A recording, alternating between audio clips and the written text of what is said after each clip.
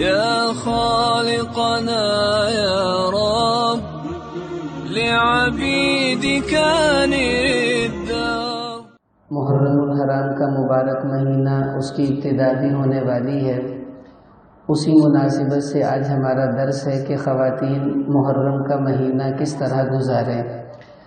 دیکھیے، محرم یہ اسلامی سالوں میں سب سے پہلا مہینہ ہے.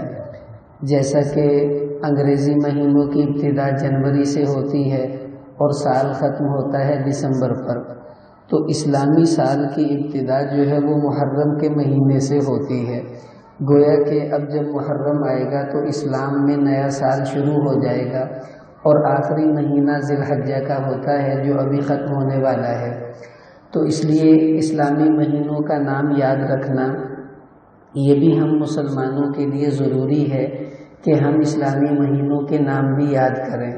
جیسے ہمارے بچوں کو جنوری، فروری، مارچ، اپریل یاد ہوتا ہے، ایسے ہی ہمیں چاہیے اپنے بچوں کو محرم، صفر، ربیع الاول، ربیع الثانی، جمادی الاولی، جمادی الاخری، رجب، شعبان، رمضان، شوال، ذی قعدہ، ذی الحجہ، یہ 12 مہینوں کے اسلامی نام بھی ہمیں یاد کروانے چاہیے، کیونکہ ہم مسلمان ہیں اور ہمارا جو تعلق ہے وہ اسلامی نظام سے ہے. اس لیے یہ بھی ہم سب کو یاد کرنا چاہیے. اب محرم الحرام کے مہینے کی ابتدا ہونے والی ہے. اللہ تعالیٰ نے قرآن میں ارشاد فرمایا ان عدۃ الشہور عند اللہ 12 شہرا، کہ یہ جو 12 مہینے ہیں یہ اللہ نے خود بنائے ہیں. جب سے دنیا بنی ہے اسی وقت سے اللہ تعالیٰ نے تکوینی طور پر 12 مہینے بنائے ہیں، اور ان مہینوں کے نام بھی اسی وقت سے مختلف اطوار میں چلتے آئے ہیں. لیکن قرآن میں اللہ نے فرمایا منہا 4 حرم، کہ ان 12 مہینوں میں 4 مہینے ایسے ہیں جو بڑی حرمت والے ہیں، بڑی عظمت والے ہیں، بڑی برکت والے ہیں. یعنی ان 4 مہینوں میں جو بھی نیکی کا کام کیا جائے اس کا ثواب عام مہینوں میں وہ نیکی کرنے سے زیادہ ملتا ہے. اب وہ 4 مہینے کون سے ہیں؟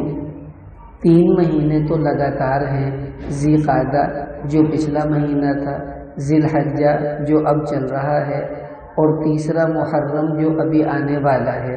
3 یہ ہیں، اور ایک مہینہ رجب کا ہے جس کو یعنی وہ جو بعد میں آنے والا ہے. تو یہ 4 مہینے ایسے ہیں جن کو اللہ نے قرآن میں برکت والا مہینہ کہا ہے کہ یہ برکت والے مہینے ہیں.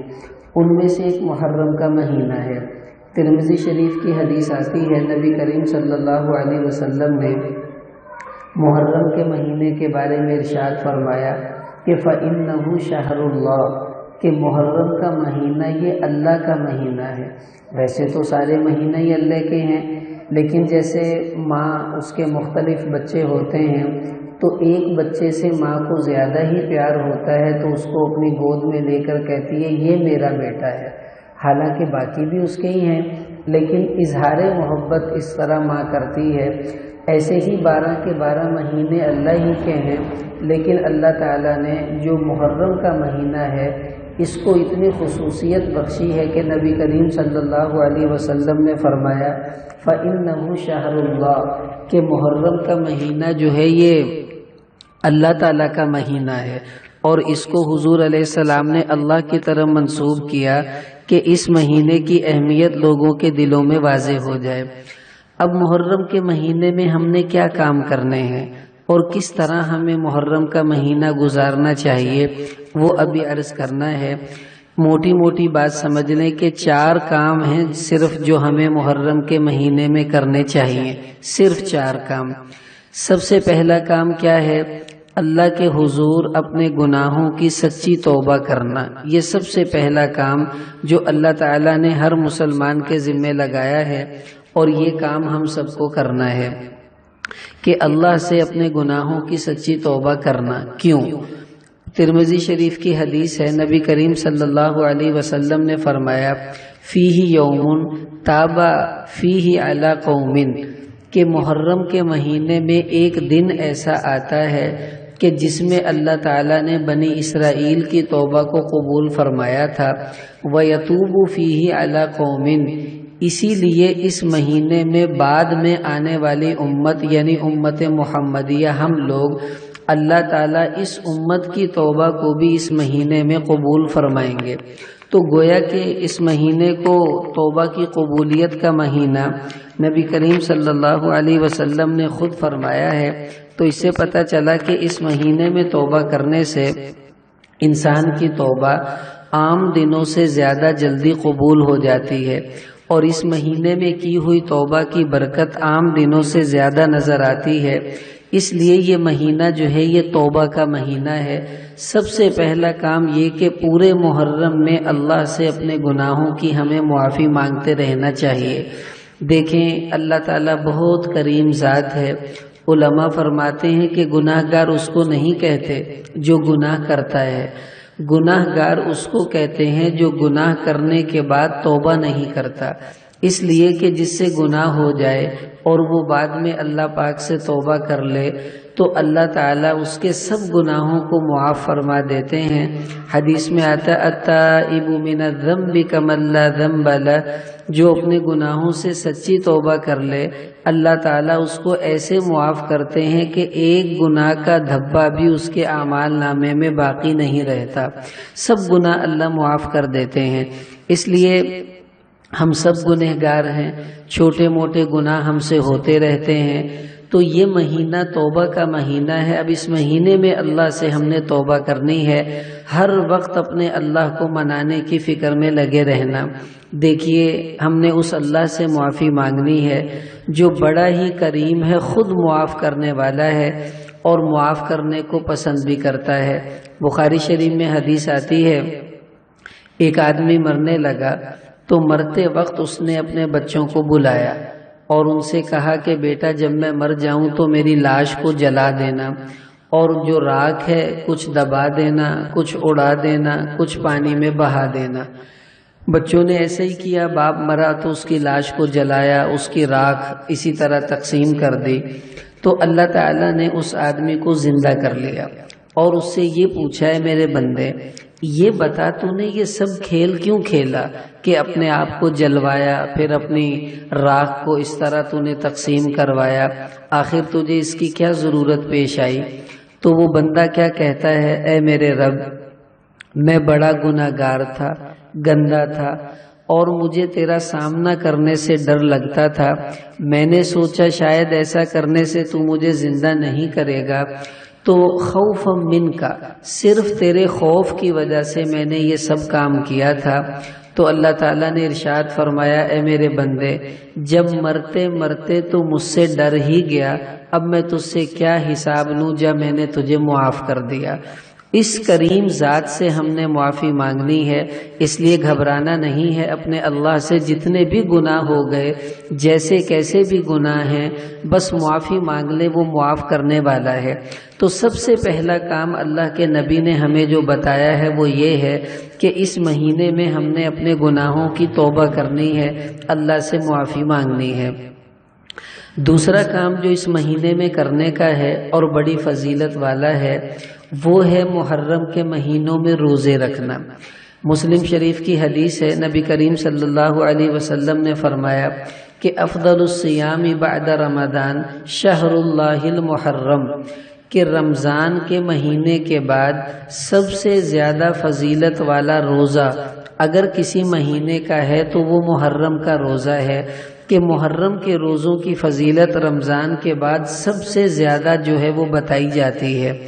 ایک صحابی کو آپ صلی اللہ علیہ وسلم نے انہوں نے پوچھا، یا رسول اللہ مجھے یہ بتائیں کہ رمضان کے بعد میں کس مہینے میں روزے رکھا کروں؟ تو آپ صلی اللہ علیہ وسلم نے ان صحابی کو یہ ارشاد فرمایا، یہ ترمذی شریف کی حدیث ہے، فرمایا کہ ان کنت صائما بعد شہر رمضان فصم المحرم، کہ اے میرے صحابی اگر رمضان کے بعد تم نے روزے رکھنے ہی ہیں تو ایسا کرو محرم کے روزے رکھو، کہ یہ اللہ کا مہینہ ہے اور اس مہینے کا ثواب عام مہینوں سے زیادہ ملتا ہے۔ اب دیکھیں یکم محرم سے لے کے محرم کے 30ویں دن تک پورے مہینے میں جب بھی روزے رکھیں تو یہ روزہ تمام مہینوں میں زیادہ فضیلت والا ہے رمضان کے مہینے کے بعد، کہ رمضان کے بعد سب سے افضل روزہ جو ہے وہ محرم کا روزہ ہے۔ لیکن محرم کے روزوں میں پورے مہینے کے اندر جو سب سے زیادہ فضیلت والا روزہ ہے وہ عاشورہ کا روزہ ہے۔ عاشورہ کہتے ہیں 10 محرم کو، یعنی 10 محرم کا جو روزہ ہے وہ تمام مہینے میں سب سے زیادہ فضیلت والا روزہ وہ بتایا گیا ہے۔ اصل میں یہ جو 10 محرم ہے یہ بڑا عجیب دن ہے۔ شروع سے ہی اللہ تعالیٰ نے اس دن کا روزہ اور اس دن کی فضیلت کو جو ہے وہ رکھا ہے۔ مثلاً بخاری شریف کی حدیث آتی ہے، حضرت عائشہ رضی اللہ عنہ فرماتی ہیں وَكَانَ يَوْمًا تُسْتَرُ فِيهِ الْكَعْبَةُ، کہ شروع زمانے سے ہی جو عرب لوگ تھے وہ 10 محرم کے دن بیت اللہ کا غلاف جو ہے وہ چینج کیا کرتے تھے، یعنی غلاف کعبہ 10 محرم کو وہ پہنا دیا کرتے تھے اس دن کی تعظیم کی وجہ سے۔ اور حضرت عائشہ بخاری ہی کی روایت میں فرماتی ہیں وَكَانُوا يَصُومُونَ عَاشُورَا قبل ان یفرض رمضان، کہ رمضان کے روزے فرض ہونے سے پہلے 10 محرم کا روزہ فرض تھا اور لوگ 10 محرم کا روزہ جو ہے وہ رکھا کرتے تھے۔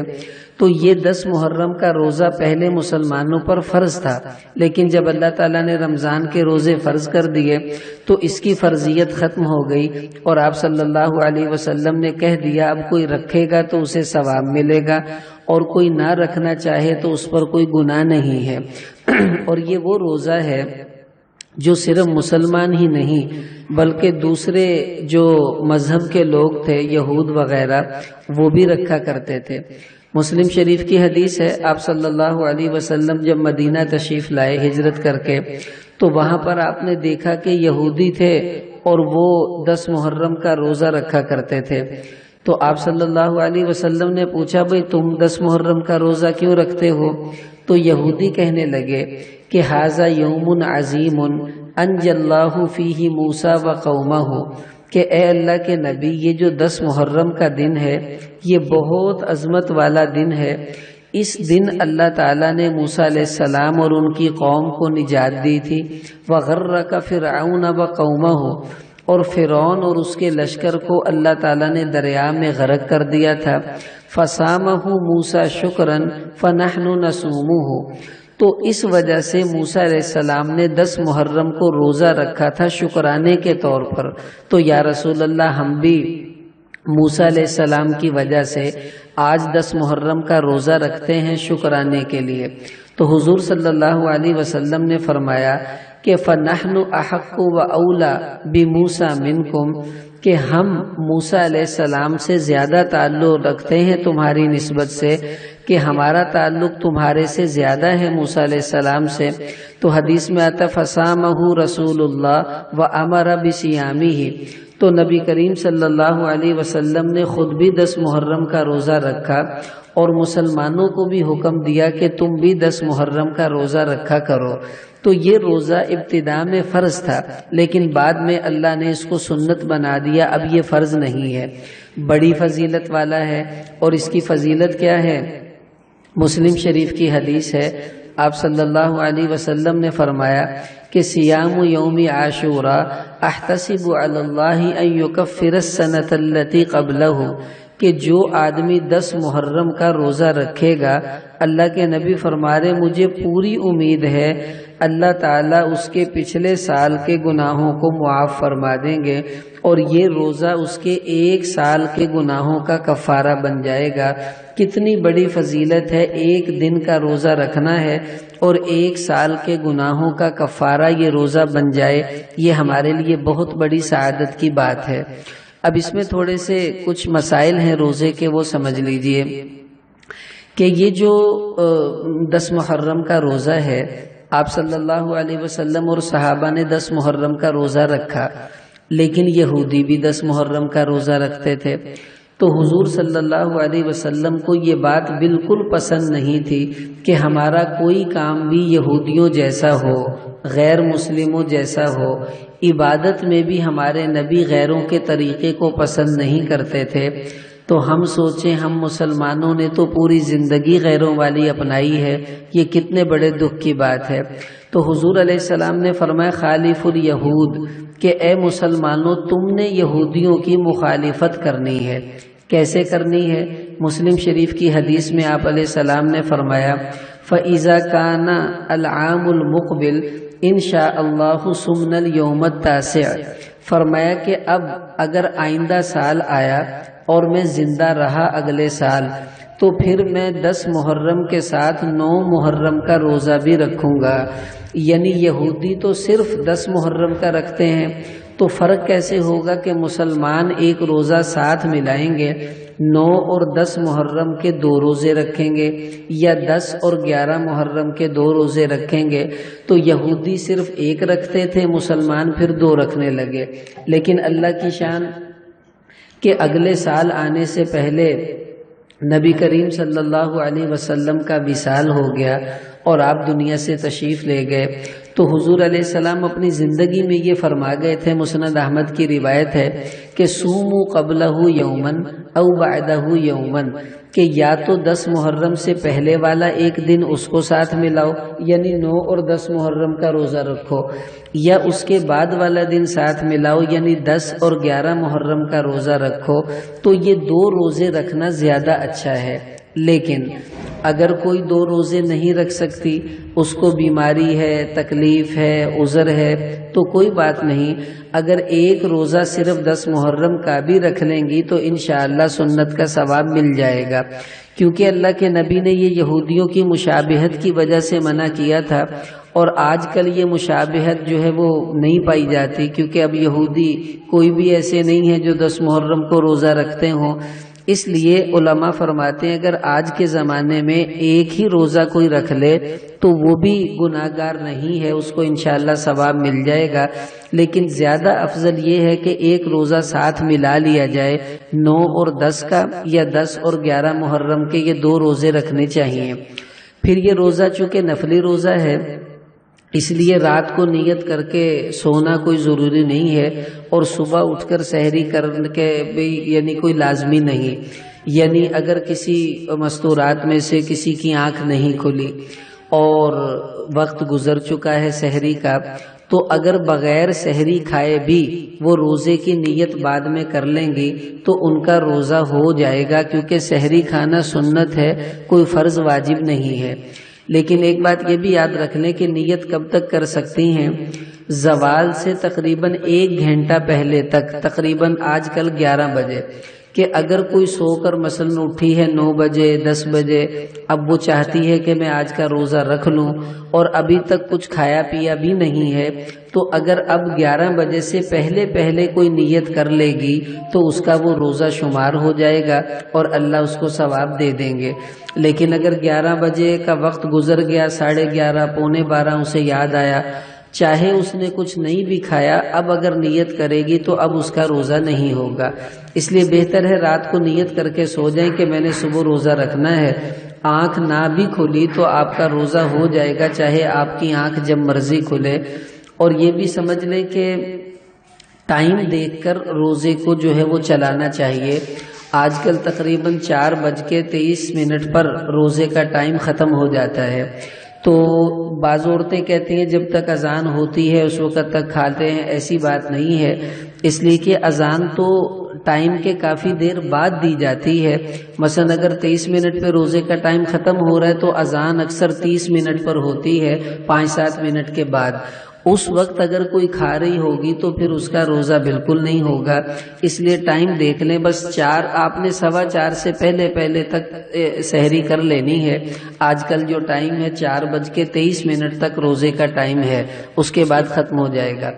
اب یہ دوسرا کام تھا جو رمضان میں کرنے کا تھا کہ ہم نے روزہ رکھنا ہے۔ تیسرا کام جو اس محرم کے مہینے میں کرنے کا ہے وہ کیا ہے؟ وہ ہے کہ اپنے گھر والوں پر وسعت کرنا۔ یہ حکم ویسے مردوں کے لیے ہے، لیکن مستورات کو بتانا اس لیے ہے کہ آپ اپنے مردوں کو یہ بات سمجھائیں، کیونکہ یہ آپ کے فائدے کی چیز ہے۔ وہ کیا ہے؟ نبی کریم صلی اللہ علیہ وسلم نے ارشاد فرمایا کہ من وسع علی نفسہ و اہلہ یوم عاشوراء، کہ جو آدمی 10 محرم والے دن اپنے اوپر اور اپنے گھر والوں پر خرچ میں وسعت کرے، یعنی پہلے تھوڑا اچھا کھاتے تھے، 10 محرم کو زیادہ اچھا کھانا پکائیں، پھل لے کر آئیں، کوئی اور کھانے کی اچھی چیزیں گھر میں پکائیں، پہلے سے زیادہ اچھا کپڑا پہنیں، اور گھر والوں کو اگر خرچ عام دنوں میں 100 روپے دیتا ہے مرد، تو اس کو چاہیے کہ 10 محرم کو وہ ان کو 100 روپے سے زیادہ 150 دے دے، 200 دے دے، یعنی 10 محرم کو اپنے گھر والوں پر جو کھلا خرچ کرے گا، اللہ تعالیٰ کیا کریں گے؟ وسع اللہ علیہ سائر سنتہ، اللہ تعالیٰ پورے سال اس کے اوپر کھلا خرچ کریں گے، یعنی یہ اپنے گھر والوں کو خرچ میں تنگی نہیں کرے گا 10 محرم کو، تو اللہ تعالیٰ پورے سال اس کے اوپر تنگی نہیں لائیں گے، بلکہ پورا سال یہ خوش و خرم اور سہولت میں رہے گا۔ اور طبرانی شریف کی روایت میں یوں آتا ہے، من وسع علی عیالہ یوم عاشوراء لم یزل فی سعۃ سائر سنتہ، کہ جو آدمی 10 محرم کو اپنے گھر والوں پر کھلا خرچ کرے گا تو اللہ تعالیٰ پورے سال اس کو وسعت میں رکھیں گے، اور پورا سال یہ کھلا ڈلا رہے گا، کبھی اس کو تنگی نہیں آئے گی۔ اس لیے یہ بڑا عجیب نسخہ ہے۔ حضرت جابر رضی اللہ تعالیٰ عنہ فرماتے ہیں، جربناہ فوجدناہ کذالک، ہم نے اس نسخے کا تجربہ کیا اور دیکھا، 10 محرم کو اپنے گھر والوں پر کھلا خرچ کر کے ہم نے دیکھا تو واقعی اللہ تعالیٰ نے پورا سال ہمارے رزق کو کھلا ہی رکھا اور برکتیں ہی ہم نے دیکھی۔ اور حضرت سفیان بن عیینہ رحمہ اللہ بڑے محدثین میں گزرے ہیں، ان کا تو عجیب قول آتا ہے، فرماتے ہیں فجربنا ذالک منذ 50 سنتن فلم نرى الا سعۃ، فرماتے ہیں کہ ہم نے 50 سال تک اس بات کا تجربہ کیا کہ 50 سال ایسے گزرے کہ میں اپنے گھر والوں کو 10 محرم والے دن کھلا کھلاتا، اچھا پہناتا، اچھا کھلاتا، تو اللہ تعالیٰ نے پورے 50 سال کھلا ہی مجھے عطا کیا اور مجھے کبھی تنگی نہیں آئی۔ اب دیکھیں یہ کتنی پیاری بات ہے۔ اب یہ اپنے مردوں کو بتائیں کہ 10 محرم کو اپنے گھر والوں پر اچھا کھلانا، ان پر خرچ کرنا، یہ رزق کی وسعت کا ذریعہ بن جائے گا۔ لیکن ایک بات یاد رکھیں، شریعت نے جو کام ہمیں جتنا بتایا ہے ہمیں اتنا ہی کرنا چاہیے، اس سے زیادہ کرنا ہمارے لیے جائز بھی نہیں ہے، مناسب بھی نہیں ہے۔ مثلا اللہ تعالیٰ نے ہمیں کہا مغرب کی 3 رکعتیں پڑھنی ہیں، اب کوئی عورت کہے چلو میں ایک اور ملا کر 4 پڑھ لیتی ہوں، ثواب کا ہی کام ہے، تو آپ بتائیں اس کی نماز ہوگی؟ بالکل نہیں ہوگی، کیونکہ دین اپنی مرضی کا نام نہیں، دین پابندیوں کے اندر رہ کر چلنے کا نام ہے۔ اب کہا یہ گیا ہے کہ اپنے اوپر اور اپنے گھر والوں پر خرچ کرنا ہے، ان کو کھلا کھلانا ہے، بس یہ نہیں ہمیں کہا کہ دیگ لگا کے پورے محلے میں بانٹنی ہے، اور یہ نہیں ہمیں کہا کہ گھر میں بڑے بڑے پتیلوں میں پکا کے پورے محلے میں تقسیم کرنا ہے اور جناب حلوہ پوڑی بنا کر سب کو کھلانا ہے، اس کا ہمیں حکم نہیں دیا گیا۔ اب لوگ کیا کرتے ہیں، اپنے گھر والوں پر خرچ کرنے کی بجائے وہ محلے داروں کو اور جناب دوسرے لوگوں کو کھلاتے رہتے ہیں، حالانکہ جو کہا گیا ہے وہ کریں، جو نہیں کہا اس کو کرنے کی ضرورت کیا ہے۔ اس لیے کسی بھی حدیث میں یہ نہیں آتا کہ 10 محرم کو دیگ لگوائیں، دوسروں کو کھلائیں، محلے میں بانٹیں، بلکہ صرف اپنے گھر والوں کو کھلانے کا حکم دیا گیا ہے۔ اس لیے گھر کے اندر آپ جتنا مرضی پکائیں، کوئی پابندی نہیں، لیکن یہ جو لنگر والا سسٹم ہے یہ بالکل اچھا نہیں ہے اور اس سے پرہیز کرنا چاہیے، نہ ہمیں اس کا حکم دیا گیا اور نہ ہی ہمیں اس کو کرنے کی ضرورت ہے۔ بعض تو بیچارے قرض پکڑ پکڑ کے 10 محرم کو دیگیں لگوا رہے ہیں، خرچ کر رہے ہیں۔ کیا ضرورت ہے؟ جب تمہارے نبی نے تمہیں حکم نہیں دیا تو کیوں ایسا کرتے ہیں؟ اس لیے ہمیں اس سے بچنا چاہیے۔ اب یہ 3 کام ہوئے۔ پہلا کام کیا تھا کہ محرم کے مہینے میں ہم نے توبہ کرنی ہے۔ دوسرا کام کیا؟ اس مہینے میں روزے رکھنے ہیں۔ تیسرا کام کیا؟ اپنے گھر والوں پر 10 محرم کو کھلا خرچ کرنے کی کوشش کرنی ہے۔ اور چوتھا کام جو اللہ تعالیٰ نے ہمیں اس مہینے میں کرنے کا حکم دیا وہ ہے فَلَا تَظْلِمُوا فِيهِنَّ أَنفُسَكُمْ۔ اللہ تعالیٰ نے فرمایا اے میرے بندیو، اس مہینے میں، محرم کے مہینے میں تم نے نیک کام تو کرنے ہیں، اچھے کام تو کرنے ہیں، لیکن اس محرم کے مہینے میں اپنی جانوں پر تم نے ظلم نہیں کرنا، یعنی گناہ نہیں کرنا تم نے اس مہینے میں۔ نیکیاں جتنی کر سکتی ہو کرو، بہت اچھی بات ہے، لیکن گناہ سے اپنے آپ کو تم نے بچانا ہے۔ اب محرم کے مہینے میں کیا گناہ ہوتے ہیں؟ بہت سی ایسی فضول چیزیں ہیں جو لوگوں نے دین بنا دی ہیں اور اس کا اہتمام بھی بڑا کیا جاتا ہے۔ اس لیے اب میں وہ عرض کرتا ہوں کہ کون کون سے کام ہیں جو محرم میں نہیں کرنے، اور یہی وہ حکم ہے جو اللہ تعالیٰ نے ہمیں دیا فَلَا تَظْلِمُوا فِيهِنَّ أَنفُسَكُمْ، کہ ان مہینوں میں تم نے اپنی جانوں پر ظلم نہیں کرنا، گناہ نہیں کرنا۔ سب سے پہلے یہ کہ لوگ کیا کرتے ہیں، محرم کا مہینہ آتے ہی کالے کپڑے پہننے شروع کر دیتے ہیں۔ دیکھیں، کالا لباس پہننا اسلام میں منع نہیں ہے۔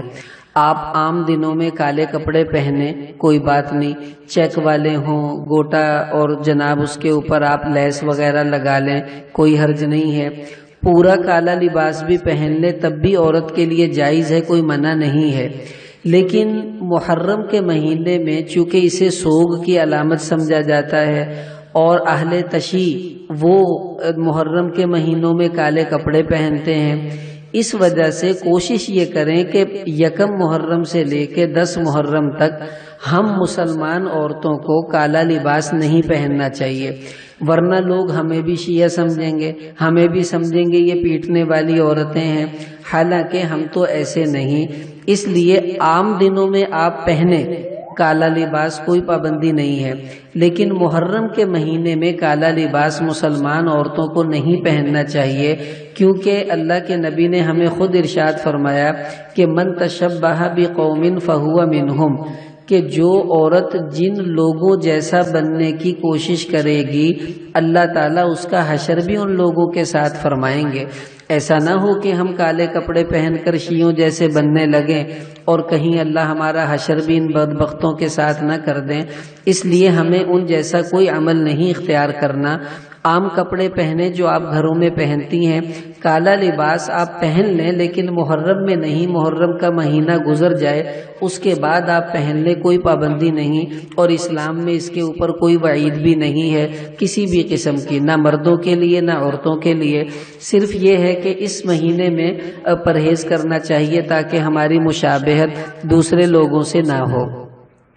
دوسری بات جو اس مہینے میں شروع ہے وہ یہ کہ اس محرم کے مہینے میں اکثر آپ نے دیکھا ہوگا گھروں میں، رکشوں پہ، ٹی ویوں میں نوحے لگ جاتے ہیں، مرثیے لگ جاتے ہیں، اور جناب امام حسین کی شہادت کے رو رو کر قصے، جھوٹی کہانیاں بنا کر وہ پتہ نہیں کیا کیا سناتے رہتے ہیں۔ اب دیکھیں، ابن ماجہ کی روایت ہے، نہا رسول اللہ صلی اللہ علیہ وسلم عن المراثی، کہ نبی کریم صلی اللہ علیہ وسلم نے مرثیہ خوانی سے منع فرمایا۔ مرثیہ کس کو کہتے ہیں؟ کسی کی موت پر کچھ ایسے اشعار پڑھے جائیں کہ جس میں شکوہ ہو، شکایت ہو اللہ تعالیٰ سے، تو یہ اللہ کو پسند نہیں ہے۔ تو مرثیے سننا یہ جائز نہیں ہے، مرثیے پڑھنا یہ اچھا نہیں ہے۔ اس لیے آپ کوشش کریں کہ یہ جو مرثیے لگا دیتے ہیں نا، لوگ سنتے رہتے ہیں اور سمجھتے ہیں شاید اس کا کوئی ثواب ہے، ایک آنے کا ثواب بھی ان کا نہیں، بلکہ ہمارے نبی صلی اللہ علیہ وسلم نے ہمیں مرثیے سننے سے منع فرمایا کہ تم نے مرثیے نہیں سننے۔ اور جو نوحہ کرتی ہیں عورتیں، روتی ہیں، پیٹتی ہیں اور اپنے آپ کو بال بکھیر لیے، کپڑے پھاڑ لیے، پیٹنا شروع کر دیا، بہت بری بات ہے، بہت بری بات ہے۔ دیکھیں، حدیث میں آتا ہے، مسلم شریف کی حدیث ہے، اللہ کے نبی رحمت للعالمین ہونے کے باوجود کتنے غصے میں ہیں۔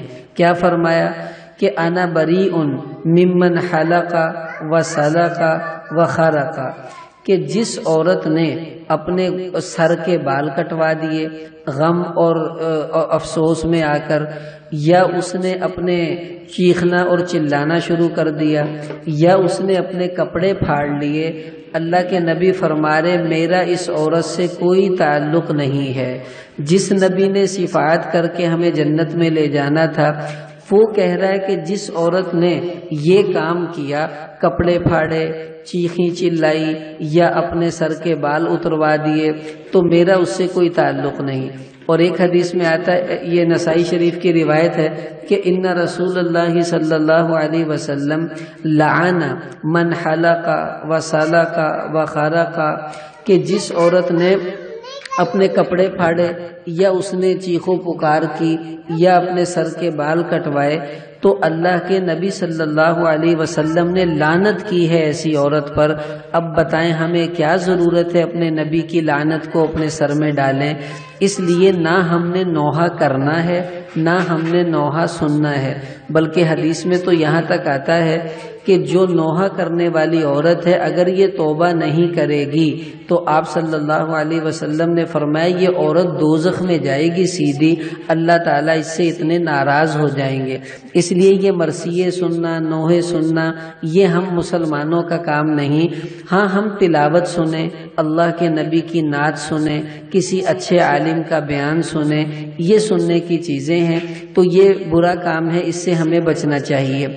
پھر ہمارے معاشرے میں ایک اور بڑا عجیب کام ہوتا ہے، وہ یہ کہ جو ہی محرم کا چاند نظر آتا ہے تو لوگ کیا کرتے ہیں، اپنی بیٹی کو واپس اپنے گھر بلا لیتے ہیں جو شادی شدہ ہوتی ہے، اور جو بہو ہوتی ہے اس کو اس کے گھر بھیج دیتے ہیں کہ چلو بھی محرم آ گئے ہیں تم وہاں چلی جاؤ، اور اپنی بیٹیوں سے کہتے ہیں تم گھر میں آ جاؤ۔ اس کی وجہ کیا ہے؟ لوگ یہ سمجھتے ہیں کہ محرم کے مہینے میں میاں بیوی کا اکٹھا رہنا یہ جائز نہیں ہے۔ کیوں جی؟ اس لیے کہ محرم تو سوگ کا مہینہ ہے، اور محرم میں امام حسین رضی اللہ عنہ کی شہادت ہوئی تھی، اس وجہ سے اس مہینے میں میاں بیوی کو اکٹھا نہیں رہنا چاہیے۔ خوب اچھی طرح سن لیں، ہمارے اسلام مذہب میں ایسا کوئی حکم ہمیں نہیں دیا گیا، اور نہ ہمیں ان جیسے کاموں کے تکلف کرنے کی ضرورت ہے۔ دیکھیے، صرف 4 موقع میرے علم کے مطابق اسلام میں ایسے ہیں جہاں میاں بیوی آپس میں نہیں مل سکتے۔ ایک تو روزے کی حالت میں، ایک احرام کی حالت میں، ایک جب عورت حیض کی حالت میں ہو، اور ایک جب عورت نفاس کی حالت میں ہو۔ بس یہ موقع ہیں جب میاں بیوی کا آپس کا ملنا اسلام نے منع کیا ہے۔ اس کے علاوہ کوئی پابندی ہمارے اوپر نہیں ہے، پورا سال جب چاہیں میاں بیوی اکٹھے رہیں، اس پر کوئی پابندی نہیں۔ اب ہم لوگوں نے اہل تشیع شیعوں سے متاثر ہو کر، کیونکہ وہ اس کو سوگ کا مہینہ سمجھتے ہیں، افسوس کا مہینہ سمجھتے ہیں، اس وجہ سے وہ لوگ تو کالے کپڑے پہنیں گے، روئیں گے، ننگے پاؤں پھریں گے، چرپائی الٹی کر دیں گے، اور میاں بیوی ایک دوسرے سے جدا ہو جائیں گے۔ بالکل ایسی کوئی بات نہیں ہے، ہمیں ایسا نہیں کرنا چاہیے، یہ اچھا عمل نہیں ہے۔ میں ایک دفعہ مسجد میں تھا تو ایک نوجوان میرے پاس آیا، مجھے کہنے لگا مولانا صاحب کیا فائدہ آپ کا، آپ لوگوں کو اتنے بیان کرتے ہیں، ایک مسئلہ آپ تو کم سے کم میرے باپ کو سمجھا دیں، میری ماں کو سمجھا دیں۔ میں نے کہا بھی کیا مسئلہ ہے؟ کہنے لگا جی یہ جو محرم شروع ہوتے ہی بیویوں کو دوسرے گھروں میں بھیج دیتے ہیں اور بچیوں کو اپنے گھروں میں بلا لیتے ہیں، چلو تو اس کا کیا کرنا چاہیے، یہ جائز ہے؟ میں نے کہا بالکل نہیں، اسلام نے اس کا کوئی حکم ہمیں نہیں دیا۔ تو کہنے لگا پھر آپ یہ کیوں نہیں بتاتے؟ میں نے کہا ماجرا کیا ہے، مجھے کھل کے بتاؤ۔ کہنے لگا اصل بات یہ ہے کہ میری ابھی شادی ہوئی ہے، اور میرے والد نے کیا کیا ہے کہ شادی کے 3 دن بعد محرم شروع ہو گئے، تو اس نے میری بیوی کو سسرال بھیج دیا، اور جو میری بہن تھی اس کو ادھر بلا لیا۔ اب جو میرا بہنوئی ہے وہ بھی غصے میں ہے کہ یہ کیا طریقہ ہے، ابھی ہماری شادی ہوئی اور میری بیوی کو انہوں نے کیوں بلایا، اور مجھے بھی غصہ چڑھا ہوا ہے کہ 3 دن ابھی شادی کے ہوئے اور میری بیوی کو گھر بھیج دیا ہے کہ جی 10 دن تک یہ وہاں رہے گی، اس کے بعد آئے گی۔ دیکھیں یہی تو رونا ہم رو رہے ہیں کہ صحیح دین عورتوں کو پہنچ جائے گا تو وہ کبھی ایسا کام نہیں کریں گی۔ اصل میں صحیح دین آپ مستورات تک پہنچے گا تو انشاءاللہ امید ہے آپ اس پہ عمل بھی کریں گی۔ اب یہ نیت کر لیں کہ ہم نے ایسا کوئی عمل اب نہیں کرنا۔ ہمارے دین نے ہمیں کوئی حکم نہیں دیا کہ محرم میں اپنی بیٹیوں کو بلا لو اور بہوؤں کو گھر بھیج دو، بلکہ میاں بیوی جیسے عام دنوں میں اکٹھے رہتے ہیں محرم میں بھی اکٹھے رہ سکتے ہیں، کوئی پابندی نہیں، کوئی گناہ نہیں، اور کوئی ان کو منع نہیں کیا گیا ایسے کسی بھی معاملے کو اختیار کرنے سے۔ پھر یہ بھی ہوتا ہے محرم کے مہینے میں کہ لوگ عام مہینوں میں شادی کر لیتے ہیں بچے بچیوں کی، محرم کے مہینے کو منحوس سمجھتے ہیں اور اس میں شادی نہیں کرتے، اور یہ بہت بری بات ہے۔ یعنی یہ اس کو منحوس سمجھنا کہ اللہ تعالیٰ تو قرآن میں فرما رہے ہیں کہ محرم کا مہینہ برکت کا مہینہ ہے، اور اس مہینے میں اللہ نے رحمتیں برکتیں رکھی ہیں، اور ہم سمجھتے ہیں یہ نحوست کا مہینہ ہے۔ تو بتائیں ہم لوگ کتنے برے ہیں کہ ہم اپنے اللہ تعالیٰ کی بات کو تو نہیں مانتے اور اپنی مرضی کرتے ہیں، ہمیں ایسا نہیں کرنا چاہیے۔ اب دیکھیں دوسری وجہ لوگ کہتے ہیں جی چونکہ محرم میں امام حسین رضی اللہ عنہ کی شہادت ہوئی تھی اس وجہ سے ہم لوگ محرم میں شادی نہیں کرتے۔ تو کوئی بات نہیں، اگر کوئی شادی نہیں کرنا چاہتا محرم میں تو منع نہیں ہے کہ، اور حکم بھی نہیں ہے کہ ضرور کریں، کوئی کر لے ٹھیک، نہ کرے تو اس کی مرضی۔ لیکن یہ کہنا کہ امام حسین رضی اللہ عنہ کی شہادت کے سوگ میں ہم لوگ شادی نہیں کرتے، یہ عمل بھی اچھا نہیں ہے۔ دیکھیے حضرت حسین رضی اللہ عنہ کی شہادت تو حضور کے دنیا سے جانے کے کئی سالوں کے بعد ہوئی ہے، یعنی 60 ہجری میں امام حسین رضی اللہ تعالی عنہ جو ہیں وہ شہید ہوئے ہیں، اور حضور صلی اللہ علیہ وسلم کے جانے کے 50 سال بعد گویا کہ یہ واقعہ پیش آیا ہے۔ تو محرم کا مہینہ تو اس سے پہلے بھی آیا کرتا تھا ایک روایت کے مطابق، اور بھی قول ہیں لیکن ایک قول یہ بھی ہے کہ حضرت فاطمہ اور حضرت علی رضی اللہ تعالیٰ عنہ کا نکاح وہ محرم کے مہینے میں ہوا ہے۔ اب دیکھو اللہ کے نبی تو اپنی بیٹی کا نکاح محرم کے مہینے میں کر رہے ہیں، اور ہم سمجھتے ہیں کہ محرم کے مہینے میں نہیں کرنا چاہیے۔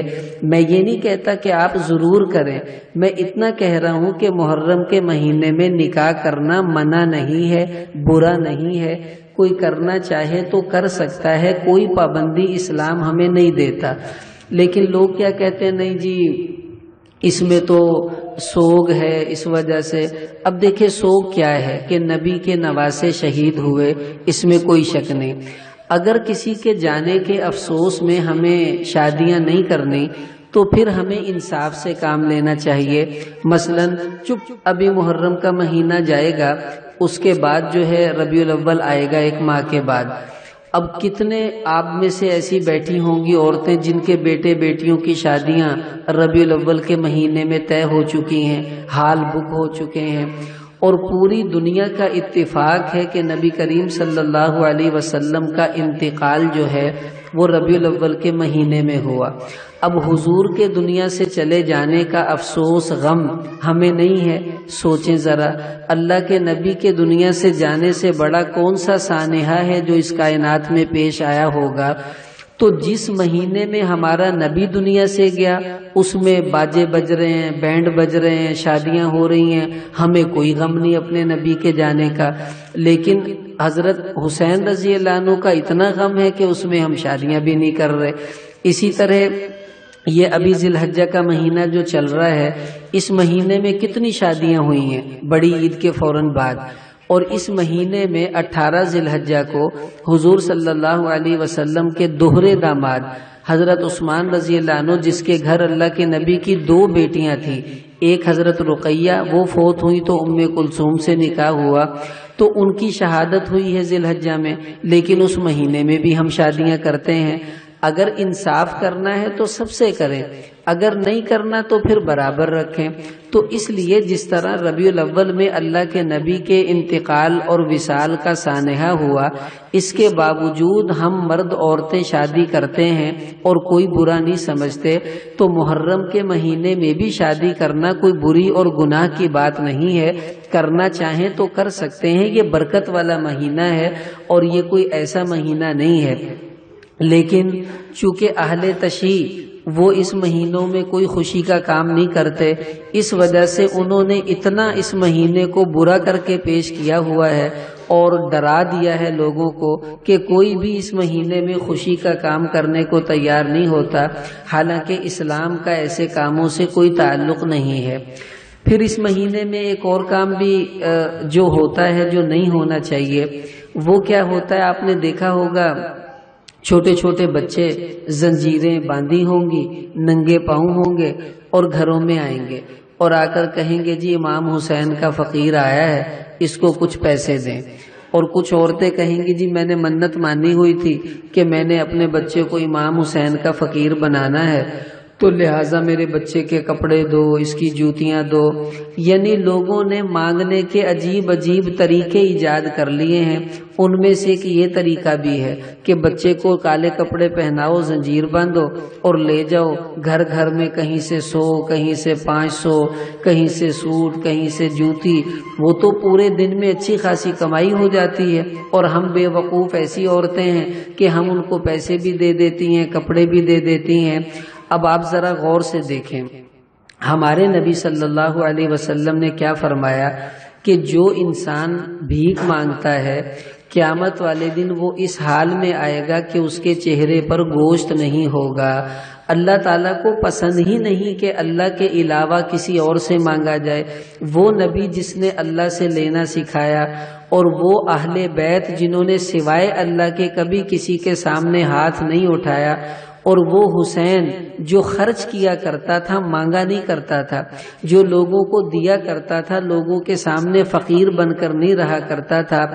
آج ان ظالموں نے کیا کیا؟ اسی حسین کو ایسا بدنام کر دیا کہ اس کا نام لے لے کر فقیر بن کر آتے ہیں اور مانگ کر چلے جاتے ہیں۔ اس لیے جب بھی کوئی ایسی عورت گھر میں آ جائے، بچے کو لے کر اس کو ڈانٹیں، اس کو تیرا دماغ خراب ہو گیا، تجھے شرم نہیں آتی؟ تو حسین کو بدنام کرنے کے لیے آئی ہے؟ کیا حضرت امام حسین فقیر تھے اور انہوں نے فقیر بنانا سکھایا ہے، اللہ سے مانگنا سکھایا ہے، خرچ کرنا سکھایا ہے؟ دفعہ ہو جو ہمارے گھر سے نکل جاؤ۔ یوں ڈانٹ کر ان کو نکالیں گی تو یہ عورتیں باز آئیں گی، اور اگر ہم نے ان کا اکرام شروع کر دیا تو یاد رکھیں ان کا حوصلہ اور بڑھ جائے گا اور یہ اور زیادہ مانگنا شروع کر دیں گی، اور یہ ہمارے لیے کوئی اچھی بات نہیں ہے۔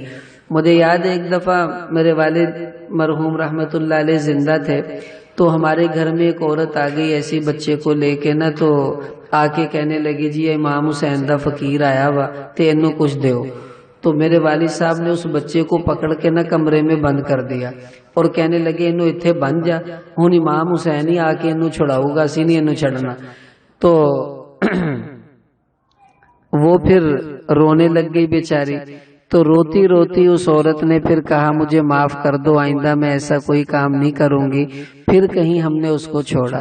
اس لیے اب یہ نیت کر لیں کہ اس قسم کا کوئی کام ہم نے اس مہینے میں نہیں کرنا۔